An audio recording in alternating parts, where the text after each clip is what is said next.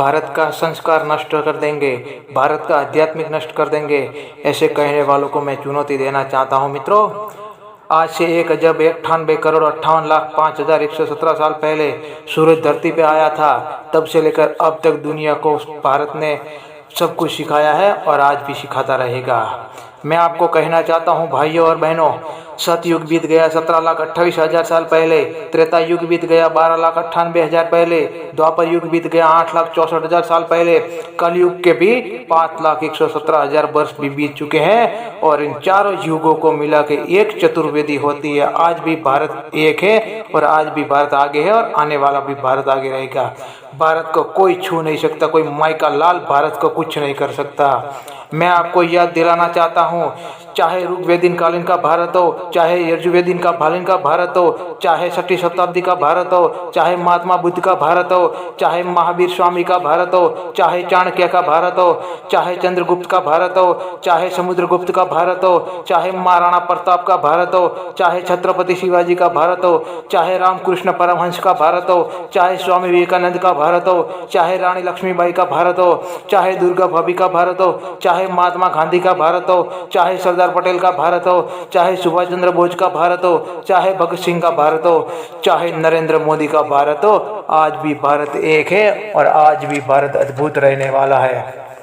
मैं आपको याद दिलाना चाहता हूं दोस्तों, आज से 125-26 साल पहले 1893 में जब भारत में से स्वामी विवेकानंद शिकागो में गए थे, तब पूरी दुनिया उसके साथ चली थी। उसका नाम भी नरेंद्र था और आज 125-26 साल बाद भी भारत के साथ पूरी दुनिया चल रहा है। उसका नाम भी नरेंद्र दामोदर दास मोदी है। मैं भाइयों आपको एक बात कहना चाहता हूँ,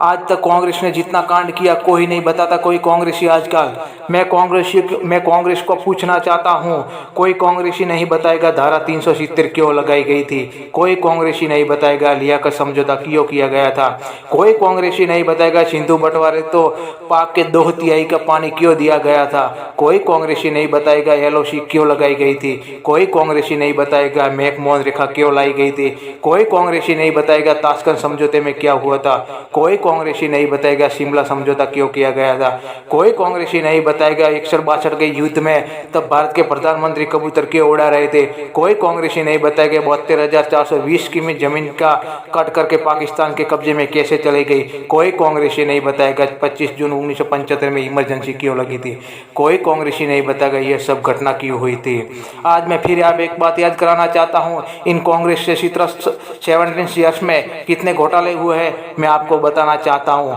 अगर हेलीकॉप्टर घोटाला कांड हुआ है, वाड्रा DLF घोटाला कांड हुआ है, नेशनल हेराल्ड घोटाला कांड हुआ है, बॉफर्स घोटाला कांड हुआ है, मारुति घोटाला कांड हुआ है, कॉमनवेल्थ घोटाला कांड हुआ है, कोयला घोटाला कांड हुआ है, 2G स्पेक्ट्रम घोटाला कांड हुआ है, सत्यम घोटाला कांड हुआ है, कोई कांग्रेसी नहीं बताता इतने घोटाले किए हुए थे। मैं आपको बताना चाहता हूँ इतने सारे घोटाले कांग्रेस के शासन में हुए थे मित्रों, किसी भी कांग्रेस की ताकत नहीं है इतने सारे घोटाले